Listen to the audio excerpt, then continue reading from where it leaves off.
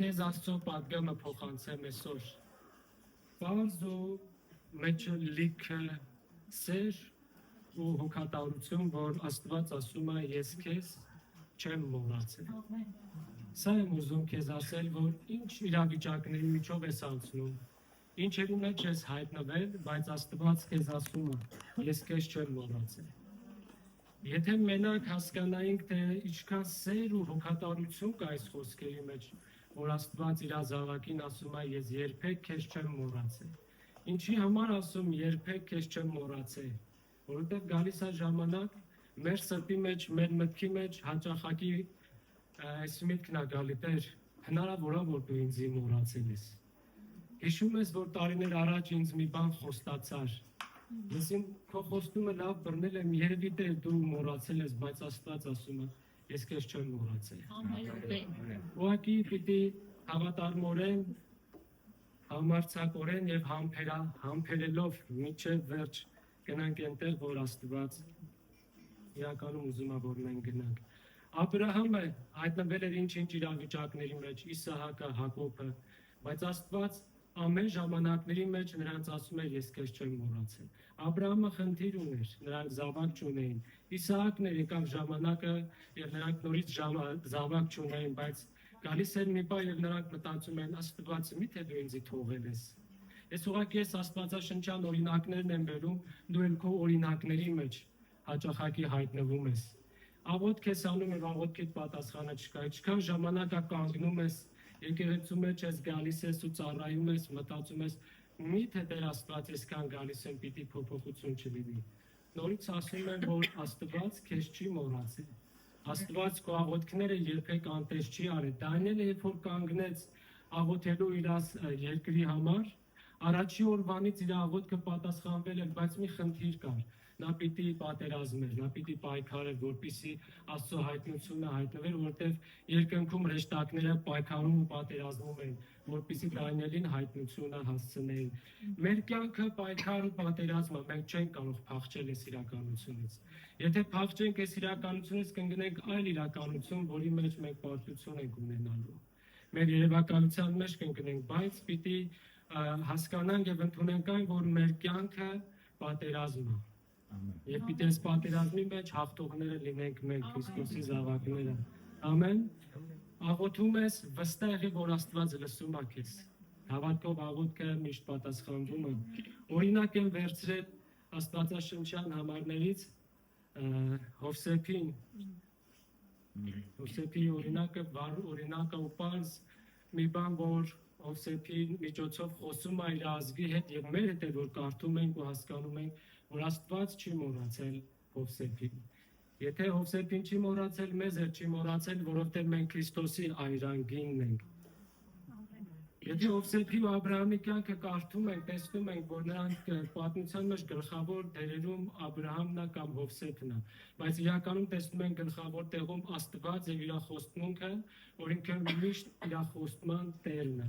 Եվ Աբրահամի կյանքի մեջ էլ տեսնում ենք, որ խոստմունքները իրականություն է դառնում 34-րդ գլխի մեջ կարծեմ, դա խոսում է նրա մասին, որ ես այն ինչ որ Աբրահամ քեզ ասեցի, քեզ օրհնելու եմ ու շատացնելու եմ, ես իմ խոսքի տերն եմ, ես ասել եմ։ Եվ նույնն էլ Հակոբի կամ Իսահակի եւ նույնն էլ գալիս է Հովսեփի կյանքի մեջ։ Գիտենք Հովսեփը ինչքան դժվարությունների միջով անցավ։ Միջև որ անցնենք նրա դժվարություններին 37-րդ գլխի մեջ ծրնդոց խոսում է Հովսեփի երազների մասին եւ խոսում է այնտեղ նաեւ Հովսեփի եղբայրների արձագանքի մասին եւ Հովսեփի կարգավիճակի մասին։ Հովսեփը երազներ էր տեսնում։ Այդ ժամանակ Աստված երազների միջոցով եւ մարգարեների միջոցով էր իր ժողովրդին հայտնում։ Դա Աստծո տեսիլքն էր Հովսեփին։ Նա եկավ եղբայրներին ասեց, գիտեք, բոլորդ խոնարհվում եք իմ առաջ, երազի մեջ, բոլոր հասկերը խոնարհվում էին իմ առաջ։ Եվ եղբայրները իրանց մեջ մտածեցին, միթե դու պիտի թագավորես ինձ մեր վրա։ Հնարավոր է որ թագավոր լինես, այո, նա պիտի թագավոր լիներ։ Բայց միջև թագավոր դառնալը, միջև փարավոնից հաջորդ երկրորդ մարդը դառնալը, նա պիտի ճանապարհ անցներ։ Գիտես Հովսեփը հպարտ էր եւ պարծենում էր, որ ինքը լավագույնն է իր եղբայրների մեջ։ Նա ինքը պարծենում էր, որ մտածում էր հայր իրան ավելի շատ ասի, որտեղ հանդերձ ուներ, որ մնացած եղբայրները չունեին։ Եվ եկավ մի հաջորդ երազը, որ աստղերն ու լուսինը խոնարհվում էին։ Հայրը սա լսեց, եղբայրները նորից լսեցին, բայց հետաքրքիր է հայրը պահում էր իր սրտի մեջ։ Հնարավոր է, որ սա Աստծուց է եւ Աստված գործ ունի իր որդու Հովսեփի հետ։ Ինչի համար է մեզ ամեն ինչը մանրամասն, որ կա Աստծո խոսքը, կա Աստծո տեսիլքը, հստակ կա Աստված խոստմունք է տալի։ Հովսեփը կարծում եմ չէ պատկերացնում, որ Աստված նրան կանչում է մեծ գործի մեջ, մեծ մարդ դառնալու, բայց նա 15-16 տարեկան պատանի էր, նա պիտի կրթվեր, նա պիտի հասակ առներ, որպեսզի դառնար այն մարդը, որ Աստված այդ երազի մեջ նրան ցույց էր տվել։ Հաճախակի մեզ էլ Աստված խոսում, քիչ ու շատ մեր հետ էլ է խոսում, բայց գիտես հետաքրքիրը որն է մեր արձագանքը, այո, ասում ենք Տեր Աստված, քո կանչին այո, մեկին կանչում առաքյալ, մեկին մարգարե, մեկին հզոր աղոթող եկեղեցու մեջ, որը կարծես չի երևում, բայց մեկին առաքյալ ու մարգարե հովիվ, բայց գիտես կարևորը որն է։ Միջև ակետից բեկետը դառնալը հսկայական ճանապարհ կա, որ ես ու դու պիտի անցնենք։ Դա միանգամից չի լինելու, որ քնենք, զարթնենք, ավտոմատ կերպով այդ ամեն ինչը իրականություն է դառնալու։ Միջև այդ ճանապարհն անցնելը գիտեք ինչ աղաղակներ է բարձրանում մեզանից, ինչեր է փոխվում մեզանից, դա շատ լավ է։ Ինչքան բաց դռներ է փակվում մեր առաջ, դա նորից Աստծո ծրագրի մեջ է, որպեսզի մեզ կրթի, բարձրացնի, հաստատի եւ դարձնի այն ազնվորությունը, որ Աստված իր մեջ մեզ տեսնում է։ Ամեն։ Եվ Հովսեփին Աստված ընտրել էր, մի փոքր պատանի, տեսիլքներ ու երազներ տվեց։ Հետաքրքիր Աստծո մեջ կար Եգիպտոսը, բայց այս իրավիճակների մեջ հետաքրքիրն է, որ եղբայրների դիրքը ի հայտ եկավ։ Անկախ ամեն ինչից, երբ որ խոսք ու հայտնություն կառնես, երբ որ մարգարեական հայտնություն կգա քեզ վրա կամ անատական աղոթքի ժամանակ մասին խոսք կստանաս, խոսք ասես, ուրախացի, մի նեղվի, որ քո խոսքը այնքան էլ չի անցնի։ Իմացի, որ օծությունը շատանում ու հավաքվում է։ Իմացի, որ կասես ու կխոսած, որ կասեն, դա ես շուտ բանից գիտեի, վաղուց գիտեի, բայց ասեմ քեզ, դա Աստված բարձրացնում է քեզ։ Աստված քեզ ուժ ու կարողություն է տալիս։ Դու քո ներսում մի կոտրվի, դա քո ներսում մի բարձրացրա ինչ-որ մի բան, որ դրանից կարճես ու մնաս ու ասես Տեր Աստված, որտեղ ես։ Հնարավորություն Աստված տալի ամեն մեկին բարձրանալու եւ աճելու։ Ամեն մեկին, բոլորս, ամեն մեկս Աստծո առաջին հավասար են եւ ամեն մեկս էլ Աստծո ծրագրերի եւ տեսիլքների մեջ կան։ Հետաքրքիր է, եղբայրները որոշեցին Հովսեփի դեմ ծրագիր մտածեցին, որոշեցին, որ նրան պիտի գուբը գցեն եւ ծախեն իսմայելացիներին։ Աստծո խոսքը եկավ Հովսեփին եւ գրված է, որ պիտի Հովսեփը փորձվեր։ Հետաքրքիր է, շատ ուրախանում էր Հովսեփը, բարձենում էր, հպարտանում էր իր տեսիլքներով ու երազներով, բայց մի խումբ էլ կար, որ նախանձում էր։ Իրականում այսօր էլ արկա այդ ամեն ինչը, չեմ ասում աշխարհում, իրավիճակում եւ եկեղեցիների մեջ։ Երբ որ Աստված ընտրում է, դու մի նայր դες կողքից ինչեր են ասում, ոնց են խոսում, ինչ են մտածում։ Չեմ ասում անհամարի։ Կարող է հնարավոր է, որ ինչ-որ մի բան ասեն քո հայտնության վրա, բայց դու ուրախացի, որ Աստված քեզ ընտրել է։ Մի բան, որ Աստված քեզ չի մոռացել։ Սրա մեջ կյանք կա։ Հովսեփը պիտի իմանար Աստված իրան չէր մոռացել, բայց միջև հասներ այնտեղը շատ աղաղակներ էր բարձրանում։ Այսօր էլ մեր կյանքի մեջ էլ շատ աղաղակներ կա։ Հնարավոր է դու ծածուկ էլ լացես, լացի, նորմալ է, բողոքիր, քո բողոքը բարձրացրու Աստծուն, բայց երբեք էլ մի դատապարտիր, որովհետև Աստված սեր է եւ այդ ամբողջական սերը բնակվում է մեր կյանքի մեջ։ Երբ որ Աստծո խոսքը գալիս է քեզ տեսիլքով, հստակ խոսքով, այդ խոսքը պիտի փորձի քեզ։ Ես քեզ ասած ինձ էլ է վերաբերվում։ Մեզ բոլորս Աստծո խոսքը փորձում է եւ կերտում է եւ հասցնում է այնտեղ, որտեղ իրականում նա ուզում է։ Շարունակելով խոսքը, երբ որ եկավ մի բան, պիտի գնար Հովսեփը եղբայրներին տեսնելու, եղբայրները որոշել էին։ Երբ որ նա գա, պիտի նրանից վերարկուն հանեն եւ նրան գուբի մեջ գցեն։ Վերարկուն նրանց շատ էր բորբոքում, իրանց սիրտը շատ էր խառնում։ Մի բան, որ Աստված օրհնել է քեզ, Ոմանց սրտերը կխառնի, բայց թող փոնը չխառնվի։ Ոմանց մտքերը օտար մտքերով կլցվի, բայց իմ ու քո մտքերը թող օտարոտի մտքերով չլցվի։ Ամեն։ Առաջի պատմությանը Հովսեփի վրայից հանեցին, պատռեցին եւ սուտ լուր հասցրեցին, որը որ Հովսեփը մահացել է։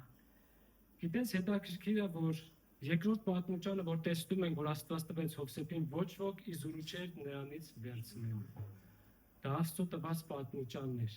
Այն փառավոր պատմությանը, որ նա Եգիպտոսում ստացավ։ Նույնը Հիսուս Քրիստոսի պատմությանը նրա վրայից հանեցին։ Եվ երկրորդ պատմությանը, որ Աստված տվեց, ոչ ոք իզուրու չէր եւ չէր էլ կարող ոչ մի զորություն նրանից հանելու։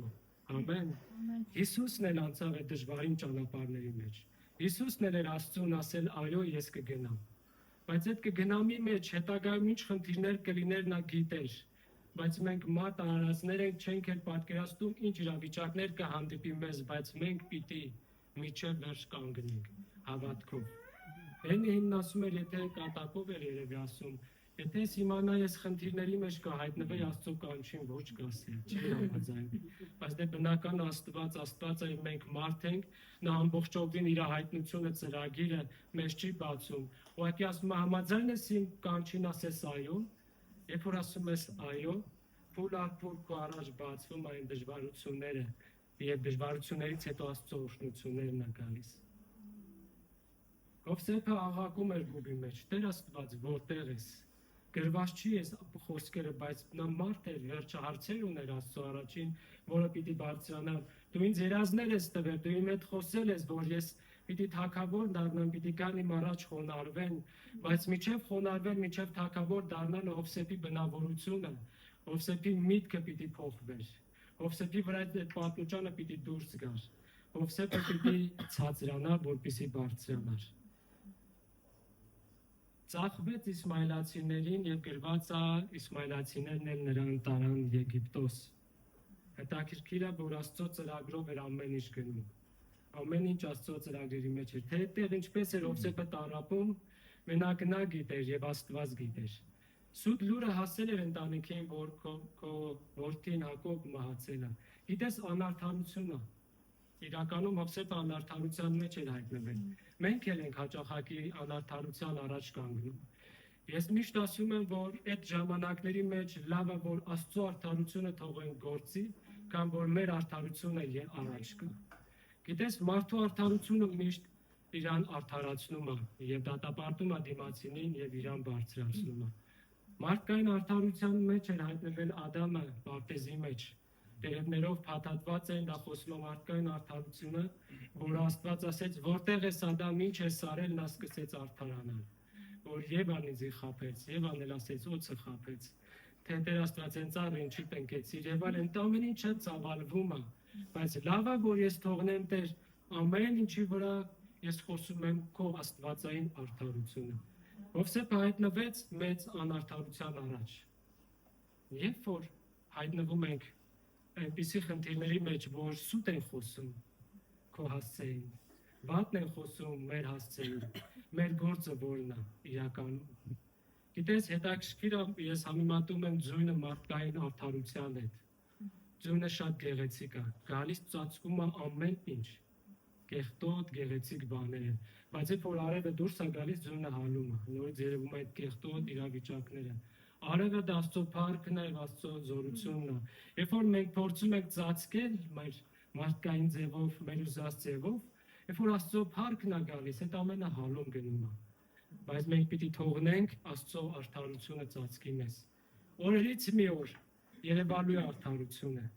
Ամեն։ Այն ինչի միջով մենք անցնում ենք, օրերից մի օր երևալու է Աստծո արդարությունը քո կյանքի մեջ։ Երևի աղաղակում ես, երևի խնդրում ես, օրերով, ամիսներով աղոթում ես եւ ասեմ, որ Աստված չի մոռացել, քո աղոթքը լսել է։ Իր արդարությունը երևում է քո կյանքի մեջ։ Հովսեփը գուբից աղաղակում էր, եղբայրները լսում էին, Աստված էլ էր լսում։ Տարվեց 39-րդ գլխի մեջ խոսվում է Հովսեփի մասին, որ նա ծառայում էր Պետապրեսի տանը, հիշում եք այդ հատվածը։ Հետաքրքիր կարևոր տեղեր կա, որ Հովսեփի մասին գրված է, կարծես 39-րդ գլխի մեջ հարթ էր գնում ամեն ինչ։ Գրված է, որ Եհովան Հովսեփի հետ էր, Աստված նրա հետ էր։ Հովսեփին հաջողություն էր տվել պետափեսի տան մեջ։ Եվ Հովսեփին այնքան էր օրհնել, որ նրա միջոցով այդ տունը օրհնվեց։ Նա ծախվեց որպես ստրուկ, բայց Աստված ստրուկի կարգավիճակից կարծես մի փուլ բարձրացրեց նրան։ Միջև վերջ, եթե մենք համբերում ենք, իրականում համբերությունն է պետք մեզ, որ այս իրավիճակները անցնենք։ Համբերությունը շատ կարևոր է։ Իմաստալից վազելը շատ կարևոր է եւ համբերենք, որովհետեւ խոսքն ասում է մեր առաջ ասպարեզ է դրված եւ բոլորս ենք վազում, բոլորն են հասնում մրցանակի։ Նրանք ովքեր որ համբերելով վազում են իրանց արժեվ դրված ասպարեզը, Հովսեփի առաջ էլ կար։ Ամեն մեկից մեր դժվարությունները գալիս է մեզ հասնում։ Մենք պիտի անհատական հաղթարենք, դա խոսում է նրա մասին, որ մեր հարաբերությունն Աստծո հետ որքանով մոտիկ է։ Երբ որ կարողանում ենք անցնել այդ իրավիճակներով, մենք հաղթող ենք դուրս գալիս։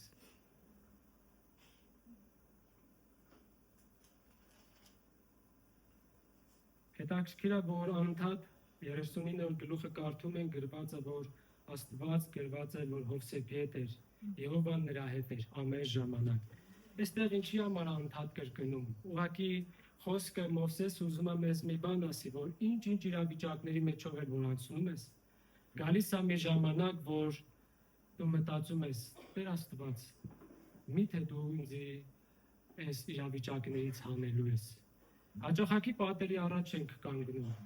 Այդ պատը մեծ հնարավորություն է, որ այդտեղից դուր բացվի, պատից են կողմ, տեսնելու այն ամբողջական օրհնությունը, որի մուք առաջ կա բացված։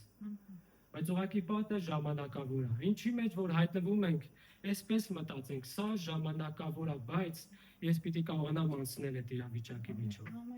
Ամեն։ Կա մեր ժամանակները եւ կա Աստծո ժամանակը։ Հաջողակի մենք այդ ամեն ինչը խառնում ենք։ Երբ որ ասում են Աստծո խոսքով կամ հայտնությամբ մարդու վրա խոսում ու մարգարանում են, սա դու պիտի, այս մարդը պիտի լինես դու։ Բայց միջև այն մարդը դառնալու համար ես պիտի Աստծո ժամանակները կարողանամ հասկանամ։ Ես իմ անձը պիտի ամբողջովին խոնարհեցնեմ նրա առաջ։ Միայն չասեմ, Տեր, դու խոսել ես ինձ հետ, ես այս մարդն եմ։ Գնում ես Հովին ասում է, Հովի ջան, տեսնենք ինչ ենք անելու, որտեղ Աստված իմ հետ խոսել է։ Եկեղեցում հայր եմ, մայր եմ, քույր եմ, եղբայր եմ, իրականում այո, բոլորս էլ եղբայր ենք, քույր ենք, հայր ենք եւ մայր ենք։ Բայց մի կարևոր բան կա, խոսքն ասում է, մի հետաքրքիր ու զորավոր բան։ Եթե մեր անձերը խոնարհացնում ենք, Աստված ինքն է բարձրացնում իր ժամանակին։ Մեր ժամանակին չէ, իր ժամանակին։ Հովսեփը ժամանակ պիտի ունենար, եւ Հովսեփը պիտի հասկանար այդ իրավիճակների մեջ, որ իր անձը պիտի խոնարհվի։ Եվ հաջողակի մեկս մյուսով ենք անցնում եւ սուր մասերը մեկս մյուսով փոխվում է։ Եվ Աստված այդպես է ուզում, որ մեկս մյուսով կերտվենք ու տաշվենք, մաքրվենք, որպեսզի Աստծո սրտի ուզած մարդը դառնանք։ Ոչ թե մեր սրտի ուզած մարդը, այլ Աստծո սրտի ուզած մարդը դառնանք։ Կարծես հարթ էր գնում Հովսեփի կյանքի մեջ։ Տարիները անցնում էին եւ գիտենք, որ նա 30 տարեկան էր, երբ որ դարձավ երկրորդ մարդը Եգիպտոսում։ Բայց մինչև Եգիպտոսում երկրորդ մարդը դառնալը նա ծառայում էր պետափեսի տանը, հարթ էր գնում ամեն ինչ, բայց նորից անարդարություն տեղի ունեցավ։ Փորձեցին Հովսեփին գայթակղել, բայց մենք գիտենք պատմությունը, նա մերժեց այդ ամեն ինչը։ Եվ գիտենք, որ նորից անարդարություն տեղի ունեցավ եւ Հովսեփը գնաց բանտ։ Սաղմոսների մեջ գրված է Հովսեփի մասին, որ 105-ի մեջ ուղղակի ուզում եմ կարդալ, ասում է, սովի մատնեց երկիրը, հացի ամբողջ զորությունը կոտրեց Աստված։ Նրանց առաջից մարդ ուղարկեց Հովսեփին, որ վաճառեց որպես ստրուկ։ Նրա ոտքերը ցավեցրեցին շղթաների մեջ, նրա մարմինը երկաթով պնդացրեցին, մինչև որ նրա խոսքը կատարվեց եւ Տիրոջ խոսքը փորձեց նրան։ 40-րդ գլխի մասին է խոսում, այստեղ որ Հովսեփը նորից բանտ անգնում, նրա ոտքերը կոճղի մեջ են դնում, նրա ոտքերն ու ձեռքերը ցավեցնում են։ Բանտը, եգիպտական բանտերն ամենաահավոր տանջանքի վայրերն էին։ Մեր բանտերի նման չէ, որ հետաքրքիր անցնում։ Այնտեղ անհետաքրքիր էր եւ շատ ցավալի էր, նրա մարմին ասում է երկաթով պատվեց։ Մտավ երկաթի մեջ, ճնշվեց, ինչպես Քրիստոսն էր ճնշվում Գեցսեմանի այգում։ Բայց Հովսեփին պետք էր այդ ընթացքը անցներ եւ աղաղակների մեջ իմանար Աստված իմ Աստված դու ինձ չես թողել, ես քեզ չեմ մոռացել։ 2 տարի բանտի մեջ մնալով երազներ մեկնեց եւ հիշում ենք, որ երազները մեկնեցին եւ իրականություն դարձավ Հովսեփի մեկնած երազը։ Մեկին կախեցին եւ մեկը նորից բարձրացավ թագավորի մոտ իր ծառայությունը մատուցանելու։ Դա այն մարդն էր, որ գիներ մատուցանում թագավորի առաջ։ Եվ հետաքրքիր մի խոսք ասեց Հովսեփը, որը ժամանակ առ ժամանակ, որ համեմատենք մենք էլ ենք այսպիսի աղաղակներ բարձրացնում։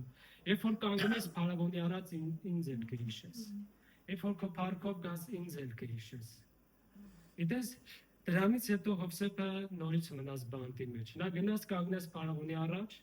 տվյալ ժամանակի մեջ չհիշեց, բայց այնքան ժամանակ միջև որ Աստծո խոսքը Հովսեփին փորձեց։ Երբ որ ինձ ու քեզ Աստծո խոսքն ա գալ, այդ խոսքը մեզի փորձում է, մեզի ճնշում է, որպեսզի մեր ներսում կարծես այնպիսի ճնշում է գալիս, որպեսզի մեր ներսից դուրս գային ամեն մարդկային, ամեն անտանելի բաները, որ Աստծո սրտին հաճելի չի։ Այդ ճնշման տակ մենք պիտի կարողանանք դիմակայել, համբերել, խոնարհենք մեր անձերը, որպեսզի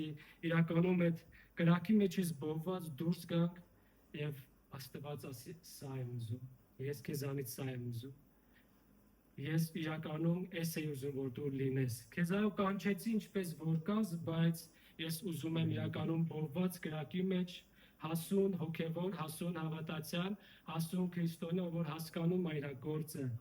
աշխարհի մեջ եւ եկեղեցու մեջ։ Եբրայեցիների 6:10-ում հետաքրքիր խոսք ասում է հեղինակը, Աստված անիրավ եւ անարդար չէ, որ մոռանա ձեր գործը եւ այն սիրո եւ այն սերը, որ նրա անվան հանդեպ ցուցաբերեցիք, ծառայելով սուրբերին, որոնց հիմա էլ ծառայում եք։ Աստված անիրավ եւ անարդար չի, որ մոռանա ձեր ծառայությունն ու գործը մեր սիրո աշխատանքը, որ ցուցաբերել եք, առաքյալն ասում է եւ որ ցուցաբերում եք, ասում է նա չի մոռացել։ Երբեք էլ նրա սրտի մեջ փակ դուր չկա մեր համար։ Իրավիճակներն ա մեզ ցույց տալի, որ փակված է, բայց ես ու դու պիտի կանգնենք եւ ասենք. Տեր Աստված, դու հնարավորությունների Աստված ես։ Երբ որ կկանգնես փակ դրան առաջ ուրախացի։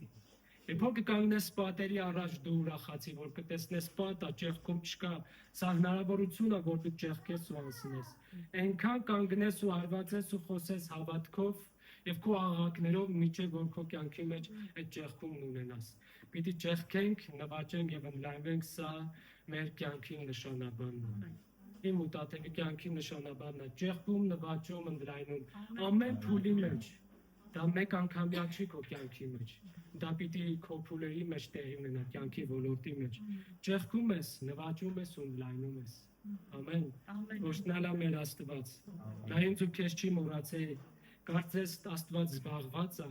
իր գործերով։ 2 միլիարդ քրիստոնյա կա, որ դեռ աճում է, իրանք բոլորն էլ Աստծո դաշտի մեջ են, ուշադրության կենտրոնում են։ Աստված չի ընկել այն մյուսի հետ կապված իրան որպես դասավորում է, որպեսզի բարձրացնի քեզ մոռացելը։ Մենք ենք հաճախակի այդպես մտածում, որ հնարավոր Աստված այն մեկի վրա է աշխատում ինձ անտեսար է։ Ոչինչ, հաճախակի թող այդպես էլ մտածել։ Հաճախակի Աստվածը թույլ է տալիս, որ ծառայողը քեզի մի փոքր մոռանա,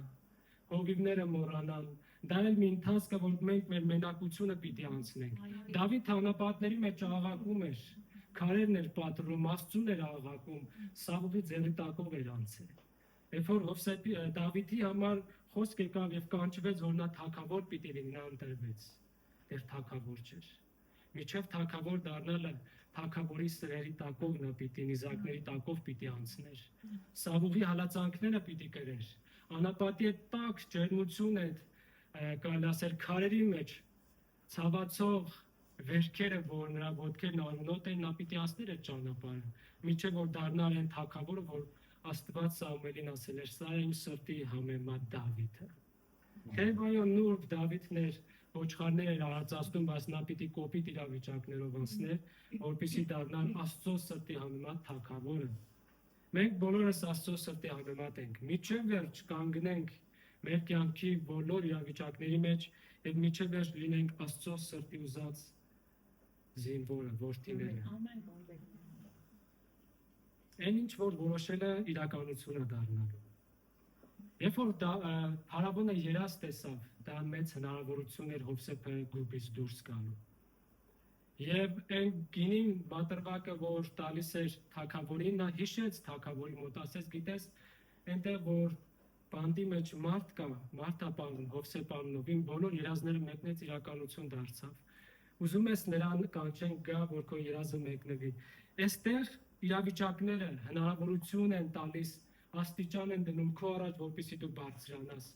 Կապ չունի, թե ինչքան ենք մնում այդ դժվարությունների մեջ, մենք երկ ունենք։ Իսուս Քրիստոսն է մեր ելքը։ Եվ այս իրավիճակների մեջ մենք մի բան պիտի հասկանանք, որ մեր կարողությունից առավել Աստված ոչ մի բան չի դնելու մեր վրա։ Երբ որ սա հասկանանք, մենք պիտի ասենք, Տեր, ես կարող եմ, ինձ զորացնող Քրիստոս։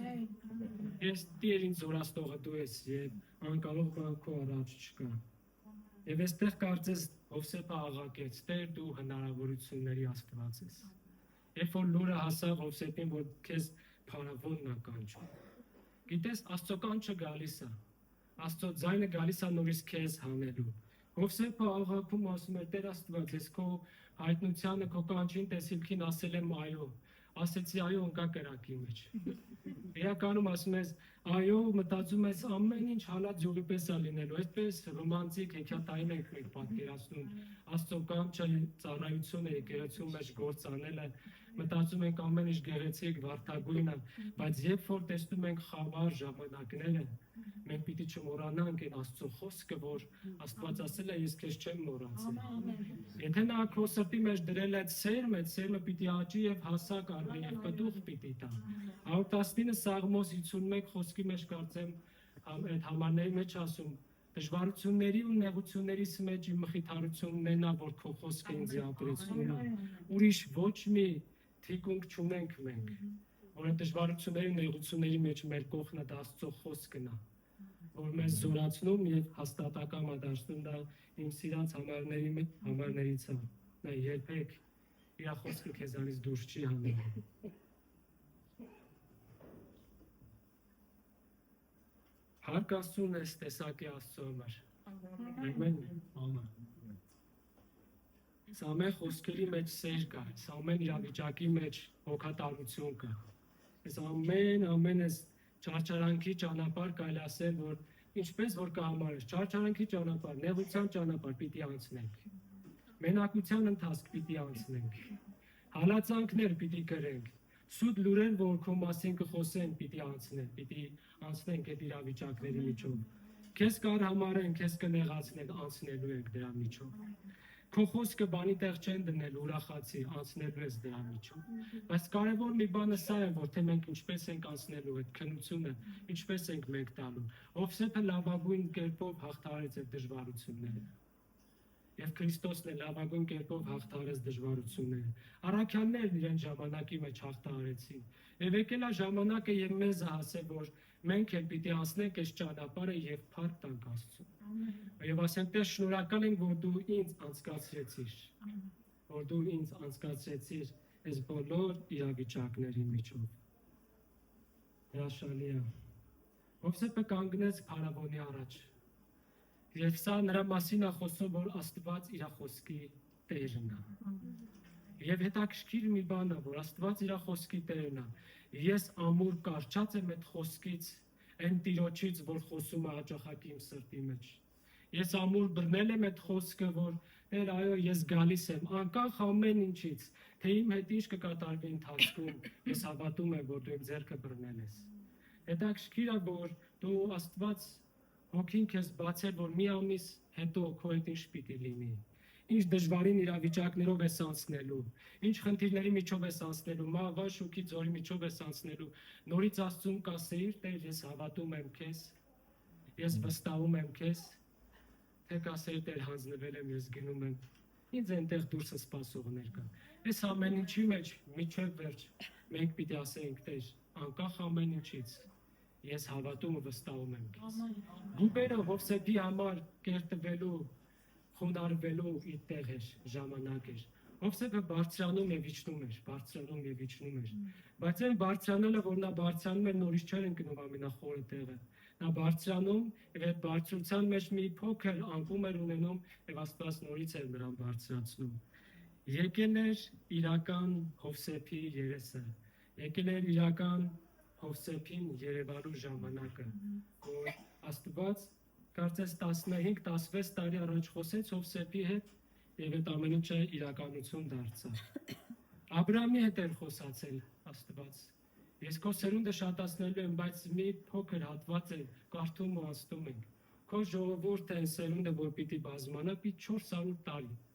շատ քիչ։ 400 տարի պիտի դժվարության միջով անցնի։ Եվ Աստված էլ ընտրեց Հովսեփին։ Եվ Հովսեփի միջոցով կանչեց իր ազգին, ժողովրդին Եգիպտոս, որպեսզի Աստված իրան ուշներ Եգիպտոսում։ Աստված իր ժողովրդի հետ գնաց Եգիպտոս։ Իր ժողովրդի հետ գնաց Եգիպտոս։ Հովսեփի հետ նա գուբի մեջ էր։ Հիսուս Քրիստոսի հետ Սուրբ Հոգին անապատի մեջ էր։ Երբ որ մենք անապատային իրավիճակներով ենք ասում, ձեն չկա, աղոթում ես, ծառայողը չի պատասխանում, հովիվը չի պատասխանում, դա շատ լավ է։ Դա խոսում է նրա մասին, որ ես պիտի հաստատվեմ, իմ կենտրոնացումս լինի Քրիստոսի վրա, ոչ թե արհամարեմ ծառայողներին եւ հովիվներին։ Բոլորն էլ անցնում են այդ իրավիճակներով։ Մենք պիտի հարգենք ու պատվենք Աստծո ծառաներին, բայց պիտի անցնենք դրա միջով։ Հիսուսն էլ անցավ։ Աստված էլ մի պահ թողեց Քրիստոսին, բայց փառքով պսակեց նրան։ Մենք էլ մի պահ կարծես երեսից ընկած ենք դառնում, բայց Աստված փառքով ու պսակով բարձրացնում է։ Մի հանդերձ է տալիս, որ ոչ ոք չի կարողանալու քեզանից տանի։ Բայց այն ինչ որ գալիս է, որ պիտի անցնենք Աստծո խոսքով, պիտի անցնենք, պիտի բողվենք դրա միջով։ Գործք առաքելոց 7-րդ գլուխ 9-10 համարների մեջ Ստեփանոսն է խոսում Հովսեփի մասին։ Հիշում եք, կարծես շատ սուր ու հստակ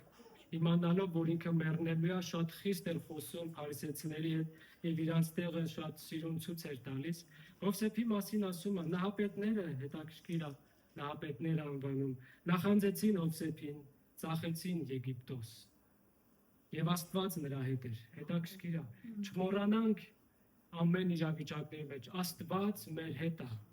Երբ որ ասում ենք Տեր Աստված, Հայր մեր երկնավոր, սրա մեջ ինչքան հրաշալի սեր ու պահպանություն ու հավատարմություն կա։ Ինչքան մեծ գիրք կա, որ այդ գրքի մեջ ենք մենք։ Աստված քո հետ է ամեն իրավիճակների մեջ եւ ասում է փրկեց Հովսեփին բոլոր նեղություններից։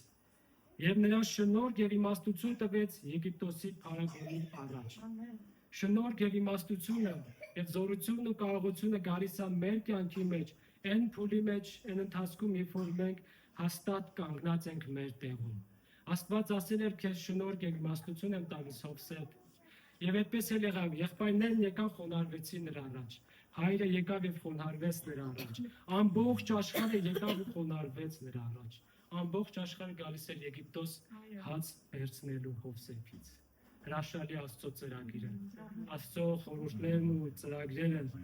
ինչքան հրաշալի են, որ հնազանդվում ենք, բացվում են մեզ։ Մի Հովսեփ, որը գուբերի մեջով անցավ, ստրուկ էր,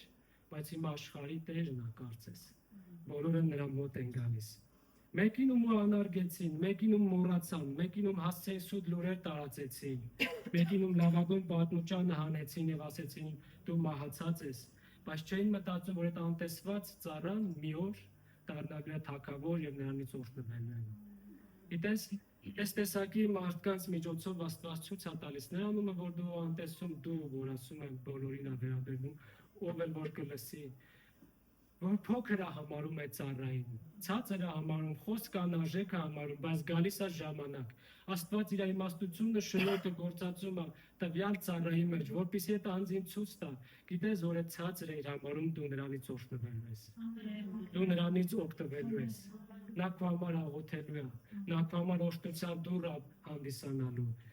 Եվ եղբայրները դա շատ լավ հասկացան։ Եվ Հովսեփն էլ ինքն ասեց. Աստված էր ծրագրավորել։ Աստված էր այսպես ուզել, որպեսզի այս նեղ ժամանակների մեջ Աստված ձեզ օրհներ հացով։ Սա ես ուղղակի իմ լեզվով, իմ բառերով եմ ասում, բայց ամեն ինչ Աստծո ծրագրի մեջ էր, որպեսզի նեղությունների ու դժվարությունների մեջ իր ընտանիք, իր ազգը կերակուր ունենար։ հրաշալի Աստծո ծրագրերը, ինչքան մեծ է։ Երբ որ դազամվում ու խոնարհվում ենք նրա առաջին, երբ որ այդ աղաղակները բարձրանում են ներսում, միայնակության մեջ վազում ենք անապատի մեջ, աչք ու ձախ թե ով կլսի մեզ, հետաքրքիր է, որ Աստված է լսում։ Ամեն։ Աստված է պատասխանում, ասում է, գիտես, ես քեզ երբեք չեմ մոռացել։ Դու ինձ մի մոռացի։ Ես երբեք չեմ դադարի քեզ սիրելուց, դու ինձ մի դադարի սիրելուց։ Մենք բոլորս էլ փորձվելու ենք ամեն իրավիճակների մեջ, սիրո մեջ, հավատքի մեջ, ընտանեկան իրավիճակների մեջ, ծառայության մեջ, ներողամտության մեջ, համբերելու մեջ, բոլորս էլ անցնելու ենք այս իրավիճակով, բայց լավագույն կետներն են, որ մենք այդ քննությունը թե ինչպես ենք հանձնելու Աստծո առաջին։ Ամեն։ Օշնանա մեր Աստված, մեր Տեր Հիսուս Քրիստոսի Հայրը, որ մեզ ոցել է եւ մեզ զորացրել է անցնելու այն ճանապարհով, որ անցնելու ենք։ Մի խոսք էլ ասեմ ու կանգնենք Աստծուն օշնելու եւ պաշտելու։ Հիսուսն ասեց. աղոթեք, որպեսզի փորձության մեջ չընկնեք։ Եվ գրված է, որ Ստեփանոսն ասում էր նրան Հովսեփին բոլոր նեղություններով անցկացրեց։ Դա չի նշանակում, որ նեղություններից դուրս հանեց։ Ընկավ նեղության մեջ, բայց Աստված դա նեղություններից դուրս անեց, հաղթանակած։ Քրիստոսը, որ ասում էր աղոթեք փորձության մեջ վայր չընկնեք, այսինքն պատերազմի մեջ պարտություն չունենաք։ Փորձության մեջ չընկնեք եւ ընկած մնաք, այնպես որ աղոթքով կանգնենք Աստծո առաջին։ Եվ նաեւ մեզ զորություն տվող, որպեսզի դառնաս այն մարդը, որ Աստված է ուզում, ոչ թե որ ես եմ ուզում, այլ Աստված է ուզում։ Տեր օրհնի ձեզ։ Եկեք օրհնենք մեր հրաշալի Աստծո